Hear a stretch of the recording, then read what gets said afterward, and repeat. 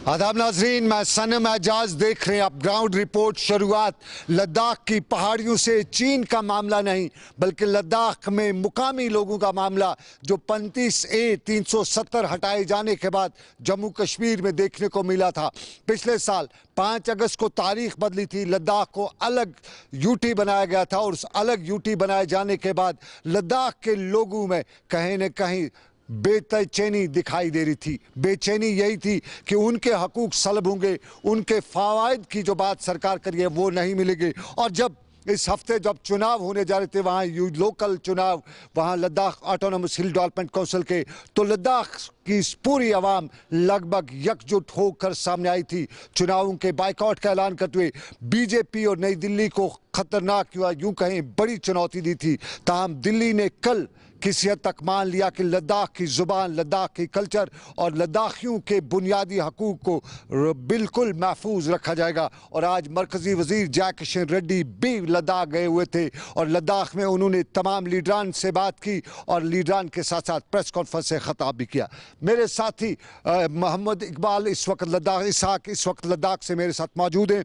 इसहाक, आपसे जानना चाहेंगे, लद्दाख के हवाले से खबरें आ रही हैं, मुस्बत खबरें आ रही हैं। बताया जा रहा है कि 35 से ना सही लेकिन कहीं न कहीं डोमिसाइल को नहीं होगा अब वहाँ पे, और उसके साथ साथ लद्दाख की सरकार लद्दाख की आवाम के हकूक़ को बहाल रखने के हवाले से भी बयानात, क्या वादा भरोसा दिया गया है, क्या है ज़मीनी हक़ाइक़, क्या है इस वक्त खबर लद्दाख की? सर, फिलहाल लद्दाख को कॉन्स्टिट्यूशनल गारंटी नहीं मिला है, लेकिन हुकूमत की जानिब से, यूनियन गवर्नमेंट की जानिब से एक रास्ता लद्दाख के अवाम को हमवार किया है ताकि कॉन्स्टिट्यूशनल सेफगार्ड के हवाले से बात किया जाए। थोड़ा हिस्ट्री में जाते हैं। आपको पता है लद्दाख के अंदर एपेक्स बॉडी फॉर्म किया था वेटरन लीडर्स ने, मुख्तलिफ वेटरन लीडर्स एक प्लेटफॉर्म पाया था खिक्तर रिम्पोचे की क़यादत में, और उनका डिमांड एक ही था, लद्दाख को कॉन्स्टिट्यूशनल सेफगार्ड दिया जाए। बोडोलैंड टेरिटोरियल काउंसिल की तरफ से लद्दाख को कॉन्स्टिट्यूशनल सेफगार्ड दिया जाए 6 शेड्यूल के हवाले से। इसके बाद से एपेक्स बॉडी ने, क्योंकि लद्दाख के अंदर खासकर लेह की बात करें, लद्दाख ऑटोनोमस हिल डेवलपमेंट काउंसिल लेह की जनरल काउंसिल इलेक्शन का होना था, इसको मद्देनजर रखते हुए उन्होंने बाइकआउट का कॉल दिया था। कहा गया था कि मुख्तलिफ पॉलिटिकल और रिलीजियस और सोशल ऑर्गेनाइजेशन का चूंकि एपेक्स बॉडी को समर्थन था, इसीलिए बाइकआउट का कॉल दिया था। इसके बाद से यूनियन गवर्नमेंट की जानिब से अगर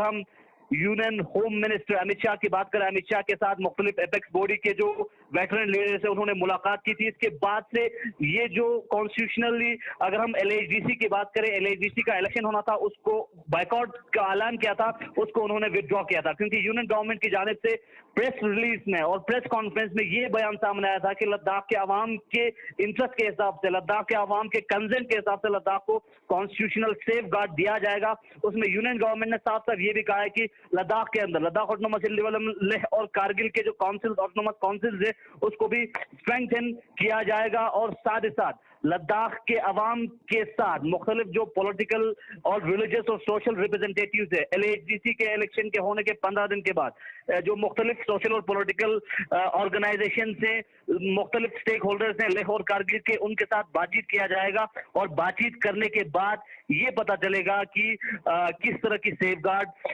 यूनियन गवर्नमेंट की तरफ से लद्दाख को दिया जा सकता है। साख, अभी तक फाइनल नहीं हुआ कि किस तरह की सेफगार्ड हुए, लेकिन क्या डोमिसाइल पे कोई बात हुई है?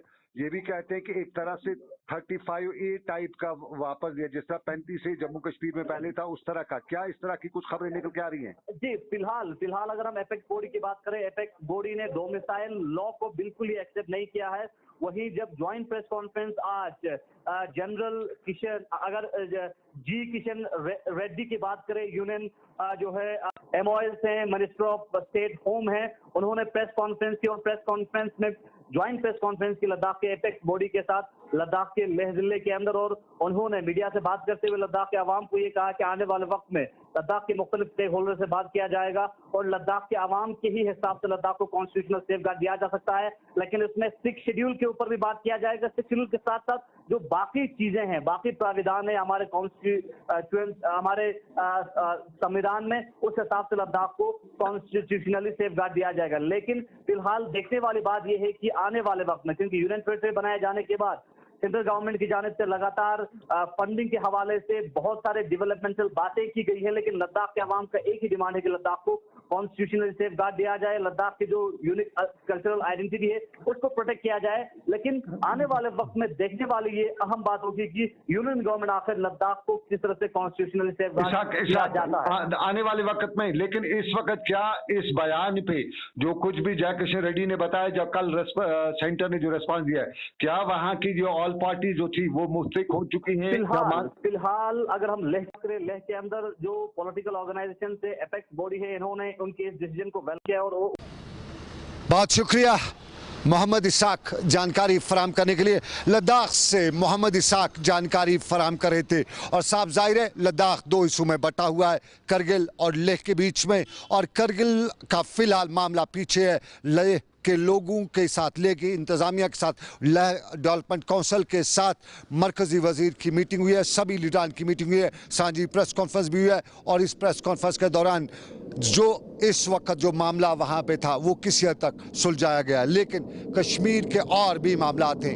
जम्मू का सबसे बड़ा मामला पिछले कुछ दिनों से देखने को मिला है, ख़ास तौर पे शोबे तिब के हवाले से। जम्मू में जो कुछ भी सरकार को करना था अवाम के बुनियादी हकूक़ के हवाले से, ख़ास तौर पे तिब के मामले में, वो नहीं हो रहा। आज नेशनल कॉन्फ्रेंस के लीडर देवेंद्र सिंह राणा ने भी तेज़ तरार अल्फाज में सरकार की नुक्ताचीनी करते हुए बताया कि जम्मू में हेल्थ डिपार्टमेंट बिल्कुल काम नहीं कर रहा है, काम नहीं कर चुका है, काम नहीं कर सकता है। जम्मू में हमारे साथी से बात करते हुए देवेंद्र राणा ने कुछ इस तरह से बताया। और आपके पास पावर्स भी हैं, आपके पास पैसा भी है, आपके पास स्पेशल फंड्स हैं इस सब के लिए, तो अस्पताल नहीं हम चला पा रहे। आज 20-25 दिन से यही अब गुहार लगी, कभी ऑक्सीजन नहीं, अभी आप कह रहे हैं वेंटिलेटर नहीं, कभी डॉक्टर नहीं, कभी पैरामेडिक नहीं, तो कैसे चलेगा?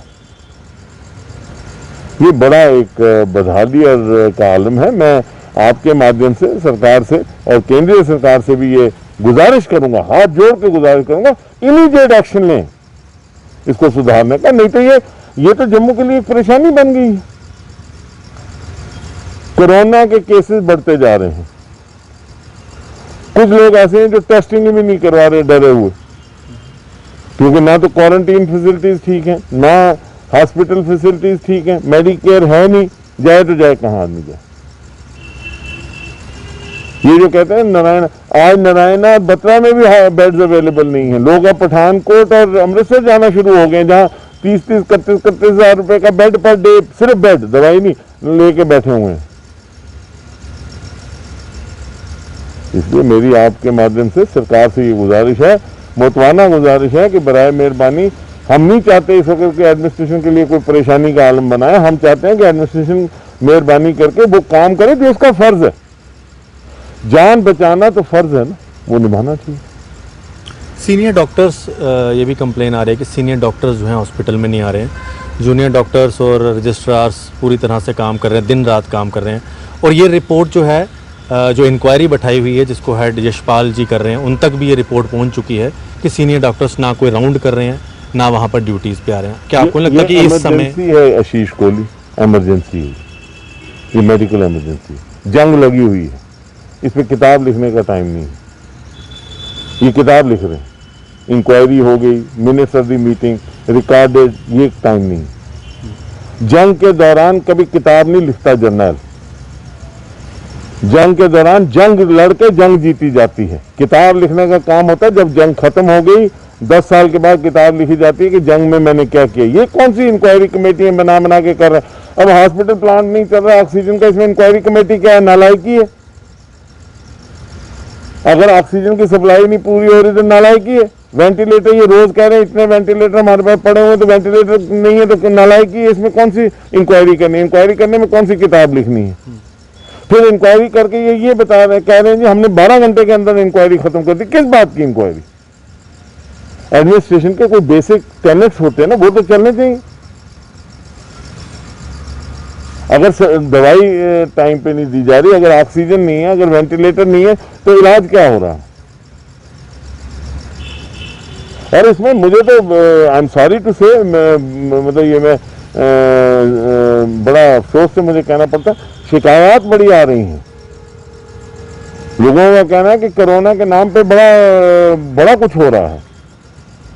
मैं माता वैष्णो देवी से ये प्रार्थना करता हूँ कि शायद सबको अकल आए, कम से कम इस कोरोना के दौरान कोई ऐसी बात बाद में ना निकले कि यहाँ कोई ऐसी चीज हुई है कि लोगों को पता ही ना हो। जम्मू सेहत मामला और उस मामले के साथ साथ बाकी मामलात, लेकिन अब दूसरे पहलू पे भी चलेंगे और दूसरे पहलू में कश्मीर की ज़मीनी सूरत सांबूरा में भी कल एनकाउंटर हुआ था, 2 मिलिटेंट मारे गए थे और उस हवाले से पुलिस ने आज सुबह 2 मिलिटेंट के मारे जाने का भी बताया।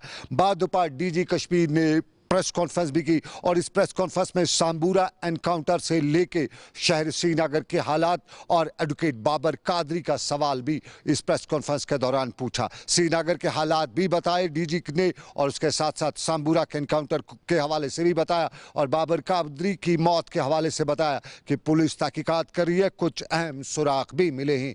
डीजी क्या बता रहे हैं, देखिए जरा। ये ऑपरेशन जो है कल रात भर रहा क्योंकि उस वक़्त देर हो गई थी और सर्च नहीं कर पाए थे पूरी तरह, और सुबह जब एरिया की सर्च की गई और इसमें 2 जो दहशतगर्द हैं वो मारे हुए पाए गए। एजाज अहमद रेशी एक है और दूसरा सजाद अहमद सोफी है। दोनों से AK-47 AK-56 पकड़ा गया, काफ़ी आर्म्स एंड अम्युनिशन एक्सप्लोजिव मटेरियल पकड़ा गया और भी इंक्रिमिनेटिंग मटेरियल पकड़ा गया।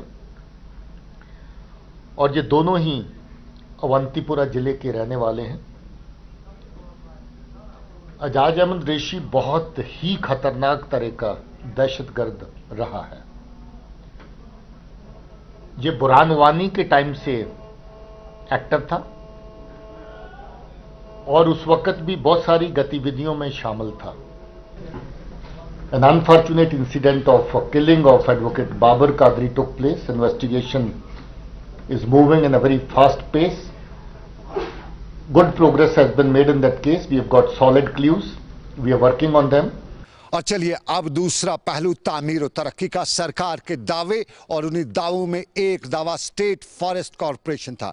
कभी ये महकमा बहुत तरक्की करता था, कहा जाता है कि जंगल से लकड़ी लाई जाती थी, 200 से 250 रुपया पर CFT खर्च आता था, लेकिन उसके बाद 2000 से 2500 रुपये में ये डिपार्टमेंट उसी लकड़ी को बेचता था। 99% इसका प्रॉफिट हुआ करता था और साल में 100 करोड़ से ज़ायद का फ़ायदा कहा जाता हुआ करता था। वो फ़ायदा क्या वाकई में होता था नहीं वो दूसरी बात, लेकिन 5 अगस्त की तारीख बदली और इस SFC पर भी एक कांच गिरी। लेकिन उस सारे के बाद में मुआशरे का वो मुअज़्ज़िज़ तबका जिसे हम ठेकेदार कहते हैं, SFC का ठेकेदार भी अब डिपार्टमेंट के खिलाफ सड़कों पे उतर आया है। ये मुआशरे का मुअज़्ज़िज़ तबका कहलाया जाता था। ठेकेदार की इलाके में इज्जत होती थी, कुछ पैसे भी हुआ करते थे, लोगों की हाथ बटाई भी लोगों का हाथ भी बटा सकता था, और जब जो हाथ बटाने वाला हो वो मुआशरे में काफ़ी मुअज़्ज़िज़ भी कहलाता है। और यूँ इसी मुअज़्ज़िज़ को अब सड़कों पर आना पड़ रहा है अपनी कमाई अपने पैसे के लिए।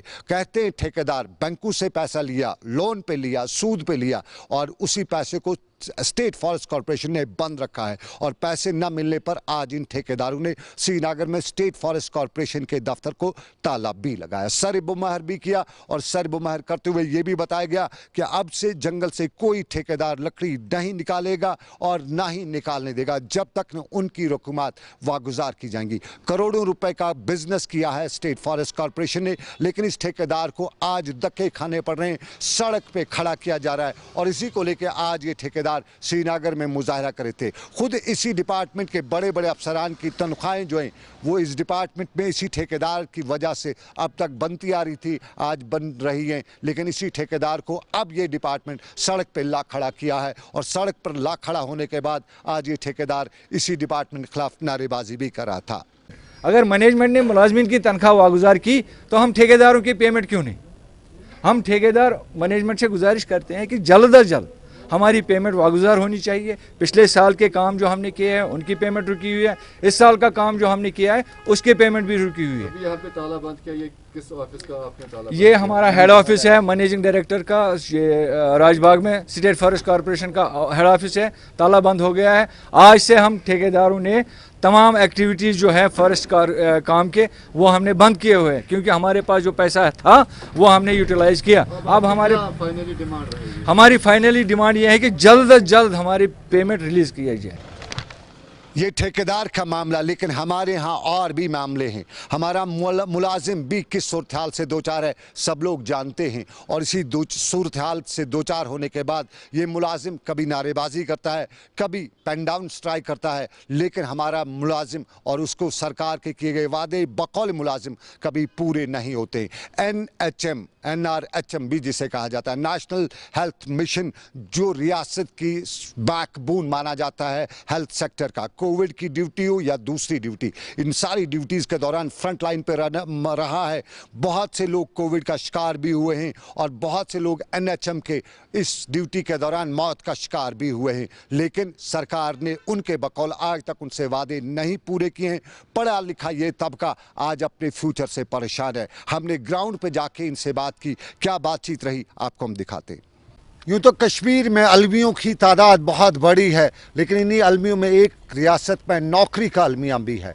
रियासत में कोई इंडस्ट्री नहीं है। इस स्टेट में कोई इंडस्ट्री न होने की वजह से यहाँ के नौजवानों का सबसे बड़ा दारोमदार सरकार की नौकरी पर होता है। लेकिन सरकार की नौकरी जब मिलती है तो उसमें कितने पापड़ बेलने पड़ते हैं ये कश्मीर के आम नौजवान से ज़्यादा कोई नहीं जान सकता है। लेकिन जब सरकार कुछ अपनी स्कीमें राइज करती है, उन स्कीमों के राइज करने के बाद भी कश्मीर के इस नौजवान का जहनी तवाज़ुन बिगाड़ने के लिए सरकार खुद कितनी प्रॉब्लम्स हर्डल्स क्रिएट करती है उसकी भी कोई मिसाल नहीं है। आज हम बता रहे हैं आपको स्टेट का एक पुर्जा जिसे नेशनल हेल्थ मिशन कहा जाता है, NRHM उर्फ आम से कहना लोग कहते हैं। और इसी NRHM की अगर माजी की बात करें तो 2006 का वक्त साल था, तब दिल्ली से लेकर कश्मीर तक बताया गया कि रियासत के हेल्थ सेक्टर को बढ़ावा देने के लिए इस स्कीम को जम्मू कश्मीर में भी लागू करना है। साल 2006 के बाद जम्मू कश्मीर की सरकार ने इन लोगों को यानी NHM के डिपार्टमेंट में कश्मीर के करीबन 8000 के करीब लोगों को जॉब अपॉर्चुनिटीज़ फराहम की। लेकिन उन जॉब अपॉर्चुनिटीज़ के बाद भी इस महकमे से या इस डिपार्टमेंट से वाबस्ता नौजवान आज भी परेशानी के आलम से दो चार हैं। वो अलग बात है कि सरकार को इस महकमे की या इन लोगों की बदौलत अवार्ड्स भी मिलते रहे, लेकिन फिर भी हालत ज़ार इनकी नहीं सुधारी गई है। पिछली बार सरकार जम्मू कश्मीर में जब UT बनी तो तब लगा था कि जो दिल्ली में है वो कश्मीर में होगा, सरकार ने भी बताया था। लेकिन आज भी वही कहानी, दिल्ली में अलग सरकार का कायदा कानून, कश्मीर में अलग कायदा कानून, और इसी कायदे और कानून के बीच में ये कश्मीर का नौजवान लुढ़कता ही जा रहा है। NHM के लोग मेरे साथ जुड़े हैं, इनसे बात करते हैं इनका मामला। और मामले में सबसे पहले हम पूछेंगे मुनीर इंद्रावी से। मुनीर इंद्रावी प्रेसिडेंट हैं इनके NHM मुलाजमीन के। मुनीर, मामला असल में क्या है आपके साथ? सबसे पहले आपका बहुत बहुत शुक्रिया कि आपने कीमती वक्त यहाँ पे दे दिया हमारी बातों को सुनने के लिए। बेसिकली 2006 में ये लॉन्च हुई ऑल ओवर इंडिया में, तो सीधी सी बात है हमारे जम्मू कश्मीर में भी लॉन्च हुई। इसमें एक डॉक्टर्स आते हैं, पैरामेडिक्स आते हैं और मैनेजमेंट आता है। जो इसका एक लक्ष्य था, जो इसका मोटिव था, वो गवर्नमेंट ने हासिल कर लिया हमारे माध्यम की वजह से। तो जो हमारे कुछ डिमांड जो इस मिशन को चला रहे हैं अभी तक, जो हमने चलाया अभी तक, कि हमारे कुछ डिमांड्स एक जेन्युइन डिमांड्स हैं ऑन ह्यूमैनिटेरियन इशू, जैसे रेगुलराइजेशन पॉलिसी एक कमिटमेंट हुई थी हमारी, तो अभी तक उस पर कोई पेश रफ्त नहीं हुई। जैसे कि आपको पता है रिसेंटली हमारा जो स्टेट UT बन गया, इसमें एक बड़ी लोगों में एक बड़ी आशा थी कि अब जम्मू कश्मीर के एम्प्लॉय को खासकर जो स्कीम्स में काम कर रहे हैं और 24/7 काम कर रहे हैं, कि हमें लग रहा था कि अब हमारे लिए कुछ स्पेशल पैकेज मिल जाना चाहिए, जिससे अभी तक हम महरूम हैं। तो रही बात जब जम्मू कश्मीर और UT बन गई, जम्मू कश्मीर को अपार्ट छोड़ दिया, इस वक्त को लद्दाख को इन्हें सैलरी डबल की है डॉक्टर्स और मैनेजमेंट की, जो यहाँ पे इम्प्लीमेंट नहीं हुआ। लद्दाख जम्मू कश्मीर का एक हिस्सा था, अब बदला, लेकिन लद्दाख में अलग कानून, जम्मू कश्मीर में अलग कानून। और मुसद्दिक भी मेरे साथ हैं। मुसद्दिक, ये कोविड, ये सैलाब, जिस तरह आप कहते हैं कि हमने सब कुछ किया जी, हमने इन हालात में काम किया, क्या वाकई में आपने कुछ डिलीवर किया उन दिनों और सरकार को कोई फ़ायदा मिला आपसे? शुक्रिया सनम एजाज साहब आपका वक्त देने के लिए। जैसे आप जानते हैं कि जैसे मुनीर साहब ने भी कहा, जो हमारी ये लड़ाई है, हम जो लड़ रहे हैं अपने रेगुलराइजेशन के लिए, ये पिछले 15 साल से हम लड़ रहे हैं। और जैसे आपका सवाल है कि कोविड रिलेटेड जितना हमारा तकरीबन 80% स्टाफ वो इस वक्त कोविड के काम में लगा हुआ है, जिसमें हमारा डॉक्टर है, हमारा पैरामेडिकल स्टाफ है, इवन हमारा मैनेजमेंट स्टाफ भी है। अपने काम के साथ साथ एडिशनल काम में इस वक्त वो कोविड में लगे हुए हैं। और अगर आज देखें, J&K ऐसी स्टेट है जहाँ पे कोविड का जो रेशियो है वो बहुत कम है। ये इस वजह से है, हम लगातार हुकूमत के साथ साथ जो कोविड का काम कर रहे हैं, चाहे वो सर्विलेंस का काम हो, चाहे वो डाटा मैनेजमेंट का काम हो, चाहे वो OPDs का काम हो, हम लगातार अपनी सर्विसेज ह्यूमन मैनकाइंड के लिए और government of Jammu and Kashmir के हेल्थ डिपार्टमेंट के लिए दे रहे हैं। इसके अगेंस्ट हम गवर्नमेंट से ये अपील करना चाहते हैं फिर कि अगर पिछले 15 साल से हम 20 साल से इस डिपार्टमेंट में लगे हुए हैं, आखिर हमारा मुस्तकबिल कहाँ है? हम अपने मुस्तकबिल की बात कर रहे हैं। ये कोई 2 साल या 3 साल या 4 साल नहीं है, लगातार हम कंटिन्यूसली इसमें अपनी जो सर्विस है वो लगातार दे रहे हैं। और इसके साथ साथ ये जो रेगुलराइजेशन जॉब पॉलिसी की बात है, ये हमने बार बार हुकूमत से उठाई है और उसके बरस हुकूमत ने हमारे साथ भी कमिटमेंट्स की हैं, और वो भी written commitments on the floor of assembly. और गवर्नमेंट ऑफ J&K जिन्हें जो हमारे साथ वादे किए थे, हम हुकूमत से ये अपील करना चाहते हैं, रिक्वेस्ट करना चाहते हैं, अपने वादे पूरे करिए। चलिए, सरकार अपने वादे पूरे करे। एक बड़ा मुद्दा है सरकार का वादा। मेरे पास ऑर्डर है और ये गवर्नमेंट का ऑर्डर है, पिछली सरकार का 2019 में ये हुआ है, और ये ऑर्डर है 2017 में 15/3/2017 कोई ऑर्डर इशू है सरकार का। ऑर्डर नंबर है 151/HME/2019, और इसमें ऑर्डर हुआ है कि 1020 NHM मुलाजमीन को रेगुलराइज करना है। करीबन 8,000 की तादाद है, लेकिन सरकार ने ऑर्डर किया, फ्लोर ऑफ द हाउस भी बताया, लेकिन उसके बाद भी सरकार का अपना ऑर्डर जो है वो इम्प्लीमेंट नहीं हुआ। साफ जाहिर है सरकार बता रही होगी कि हमारे पास फाइनेंशियल रिस्ट्रेंट्स हैं, कंस्ट्रेंट्स हैं, ये सब मामला। लेकिन अदरीस मेरे साथ मौजूद हैं। अदरीस, आपकी डिमांड फाइनली क्या है, और सरकार ने अब तक डिमांडों के हवाले से क्या भरोसा दिया आपको? अस्सलाम वरहमतुल्लाह। देखिए, हमारी डिमांड सिंपल एक है कि हमारा जो फ्यूचर है वो हमें डार्क नज़र आ रहा है। 15 साल सर्विसेज देने के बाद भी हमारे पास ऐसा कोई प्लान नहीं है गवर्नमेंट जो वाज़ह करे कि हम 15 साल के बाद हमारा फ्यूचर उनने क्या रखा है। एक तो वो, दूसरा हमारे पास कोई सोशल सिक्योरिटी बेनिफिट्स नहीं है, हमारे पास कोई जॉब पॉलिसी नहीं है, हमारे पास जो एम्प्लॉयज़ को बेनिफिट्स मिलते हैं जैसे लीव बेनिफिट्स हो, या ऐसे है कि हमारे पास मीगर सैलरीज, लिविंग स्टैंडर्ड्स जो इस वक्त है वो बहुत इन्फ्लेशन में है, हम वो आगे जाके पूरा नहीं कर पाते। जो हमारी फैमिलीज़ हैं वो शायद अपने बच्चों को, नेक्स्ट जनरेशन को उसके लिए तैयार नहीं कर पा रहे हैं, क्योंकि हमारे पास मीगर सैलरीज है। हम चाहते हैं कि हमने पहले भी मुतालबा किया था कि कुछ ऐसे बायलॉज हो या ऐसा कोई प्लान हो जो गवर्नमेंट के पास है, जो हमारे साथ उनके साथ इंटरेक्शंस हुई हैं, जो उनने कमिटमेंट्स किए, उनमें ये सब चीज़ वाज़ेह करके दी हुई हैं। जो कमेटीज़ बनाई थी उन्होंने बाज़ाब्ता एक पॉलिसी फॉरवर्ड करी है, जो उस टाइम के जो गवर्नमेंट थे, आला हुक्काम थे या LG साहब है, हम उनसे भी रिक्वेस्ट करें कि उस फाइल को एक बार फिर से देखें। उसमें बाज़ाब्ता एक प्लान ड्राफ्टेड है कि हम फेज़ वाइड मैनर में इनको रेगुलराइज करें। देखिए, वैकेंसीज़ की कमी नहीं है, you have AIIMS over here, you have new medical colleges, हम लोग अकोमोडेट हो सकते हैं अगेंस्ट द अवेलेबल वैकेंसीज बहुत सारी हैं, बट ये है कि विल नहीं है। शायद कहीं ना कहीं उसमें ब्यूरोक्रेसी का भी हम रिक्वेस्ट कर रहे हैं कि वो एक बार उस पर थोड़ा कंसिडर करें हमारी फ़ाइल को, जो हमने अभी तक सर्विसेज दी है। अगर यहाँ पे पब्लिक सर्विस कमीशन में रिक्रूटमेंट्स होती हैं, सर्विस सिलेक्शन बोर्ड्स में रिक्रूटमेंट्स होती है, या डिस्ट्रिक्ट रिक्रूटमेंट बोर्ड्स होते हैं, क्या हम उसमें वो हमें नहीं बेनिफिट दे सकते हैं कि नहीं, इन्होंने ऑलरेडी 15 ईयर्स का कुछ एक्सपीरियंस बेनिफिट दे दे, कुछ हमें वो प्रायोरिटाइज करे कि नहीं, ये लोग हैं, we are well trained, we are well equipped, we are deserving to get experienced है। गवर्नमेंट को एवरी टाइम हमारे साइड से फायदा ही है। न्यू रिक्रूटमेंट को उनको ट्रेन करना पड़ेगा, we are already trained, vacancies है, बजट की कोई इशू नहीं है। हम चाहते हैं कि एक बार उन पे कंसिडर करें जो हमने ऑलरेडी उनके साथ एक राह अमल तय की हुई है। जहां वैकेंसीज की बात करें, हमें मालूम ये भी हुआ है कि इस वक्त हेल्थ डिपार्टमेंट में 30 से 40 हज़ार की वैकेंसीज हैं जो पोस्ट क्रिएटेड हैं वहाँ पे, जहाँ पे उसके लिए बजट आता है, लेकिन वो बजट कहीं डाइवर्ट हो जाता है, कहीं वो बजट वापस चला जाता है। अगर रियासत में सरकार इन सारे मामलात को नज़र रखते हुए हमारे हेल्थ सेक्टर को मजबूत बनाना चाहती है, तो जहाँ इनको रेगुलराइज किया जा सकता है उन पोस्टों पे, वहाँ उसके साथ साथ नए और पोस्ट की भी भर्ती अमल में लाई जा सकती है। रऊफ़ मेरे साथ है। रऊफ़ भी, आपने सारे मामले मुझे बताए, सरकार से कभी नेगोशिएशन की, सरकार के पास गए, सरकार ने क्या जवाब दिया आपको? देखिए सनम, मैं आपको पिछले 2017 से बात करूंगा। 2017 में हमारे एक नेगोशिएशन सरकार के साथ हुई है।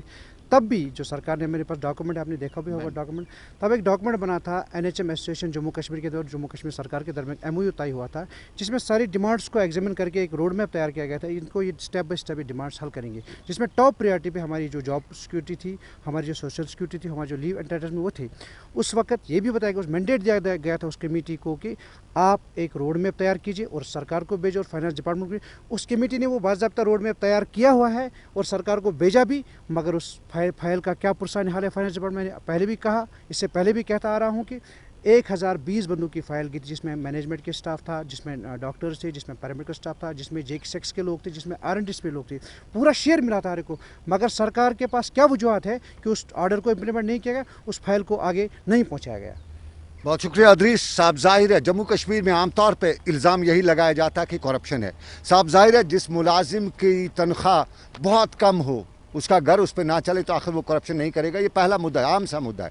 लेकिन उसके साथ साथ सरकार के अपने वादे और ख़ास तौर पे नई जनरेशन जो हमारी है, इसके दिलो दिमाग पे जो असर छोड़ रहा है, हालात की मार जो उस पर पड़ी रहती है, और ख़ास तौर पे जब वो जॉब करता है कहीं पे और उसके बाद उसको ये भी पता है कि क्या पता कब निकाला जाए, कब क्या हो जाए, कहीं फ्यूचर सिक्योर नहीं है, तो उसके बाद वो डिपार्टमेंट कैसे तरक्की कर पाएगा। वहाँ का मैन पावर जो है वो जब खुद परेशान होगा तो डिपार्टमेंट साफ जाहिर है परेशान हो ही होगा। सरकार से वादे तो सरकार करती है, लेकिन कश्मीर में यूँ कहा जाता है कि सरकार का वादा और यहाँ की बारिश दोनों का कोई भरोसा नहीं होता है। लेकिन फिर भी उम्मीद है और उम्मीद से दुनिया कायम है। और चलिए हम एक और पहलू पर भी आते हैं। हमारा ट्रैफिक का निज़ाम कितना ढीला है, उसकी मिसालें दुनिया में शायद कहीं और ना मिले, लेकिन जम्मू कश्मीर की हर गली और नुक्कड़ पे ये मिसालें मिल सकती हैं। गौर कीजिएगा, श्रीनगर के अस्पतालों में जाना हो तो आपको ट्रैफिक जाम ज़रूर मिलेगा। श्रीनगर के बर्ज़ला अस्पताल में आपको जाना होगा तो बर्ज़ला अस्पताल की तरफ बर्ज़ला से जाने वाला जो रास्ता है उसके दाएँ बाएँ आपको गाड़ी खड़ी मिलेगी, रेडी वाला खड़ा मिलेगा, दुकानदार ने अपना सामान रोड पर ला रखा होगा। अस्पताल में पेशेंट को जाने के लिए, एम्बुलेंस को जाने के लिए रास्ता बनाने में आधा घंटा सिर्फ 100 मीटर की दूरी तक लगता है और इंतजामिया तमाशा देखती है। पुलिस एहलकार उस इलाके में आपको ज़रूर नजर आएंगे, लेकिन इस ट्रैफिक को सीधा करने के लिए वो पुलिस एहलकार सामने नहीं आएंगे। आपको ट्रैफिक वाला भी मिलेगा, वहाँ पे आपको हेल्थ डिपार्टमेंट का अफसर भी मिलेगा, मेडिकल सुपरडेंट भी उसी रास्ते से आता जाता है। लेकिन क्या मजाल वो अपनी खिड़की से बाहर निकले और यहाँ पे बताए लोगों को कि यहाँ गाड़ी खड़ा नहीं करनी है, और उसी गाड़ी खड़ा न किए जाने की वजह से जब कोई मरीज़ यहाँ आता है तो आधी ज़िंदगी वो रास्ते में हार चुका होता है। आधी ज़िंदगी का ख़तरा ये रहता है कि बर्ज़ला पुल से अस्पताल पहुँचते पहुँचते कहीं वो रास्ते में ही न दम तोड़ बैठे। ये वो अलमिया जिस पर बात की जा सकती है, इंतज़ामिया से पूछा जा सकता है कि क्या यही एडमिनिस्ट्रेशन है, क्या यही तमाशा है। लेकिन कुपवाड़ा की गलियों में भी यही आवाज़ आ रही है। वहाँ पर भी एडमिनिस्ट्रेशन के होते हुए, एडमिनिस्ट्रेशन के देखते हुए सड़कों पर कब्जा है, ट्रैफिक मैस है, कोई पूछने वाला नहीं है। और कुपवाड़ा के लोग भी यही बात करते हुए बता रहे हैं कि उनकी दादरसी कौन करेगा, उनकी फरियाद कौन सुनेगा।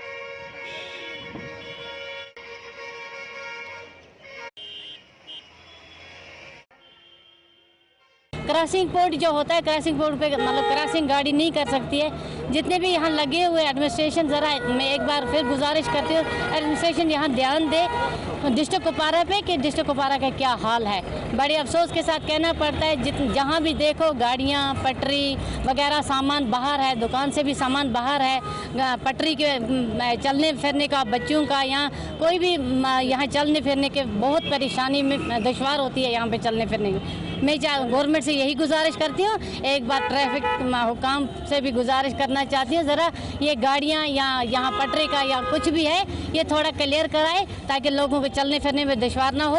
और खुदा न खास्ता अगर कल यहाँ कोई एक्सीडेंट हो जाता है तो इसका जिम्मेदार कौन होता है।